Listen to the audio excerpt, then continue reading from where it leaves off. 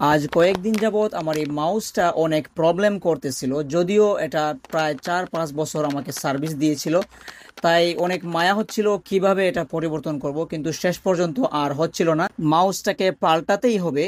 তাই আর দেরি না করে বাজারে চলে গেলাম, যাওয়ার পরই নিয়ে আসলাম এই মাউসটি। এটা হচ্ছে হ্যাবিটের একটি মাউস, গেমিং মাউস। যদিও খুবই স্বল্প দাম, কিন্তু খুবই ভালো মানের একটি মাউস। দাম খুবই অল্প। মাউসটা কিন্তু আমার কাছে খুবই ভালো লেগেছে, কারণ এটির যে একটি লুক আপনারা দেখবেন। এখনই আমি এটাকে আনবক্স করার পরেই কাটছিল না, তখন কাটাটা নিয়ে কাটলাম। তারপর এই দেখুন, এখনই আমি আনবক্স করতেছি এটাকে। প্রথমে দেখা যাচ্ছিল না। এই হলো সেই মাউস। খুবই অসাধারণ লুক মাউসটির। দেখলে মনে হয় এটা 2,500 থেকে 3,000 টাকার মাউস, কিন্তু আসলে এটা মাত্র 500 টাকার মাউস। মাত্র 500 টাকার মাউস এটা।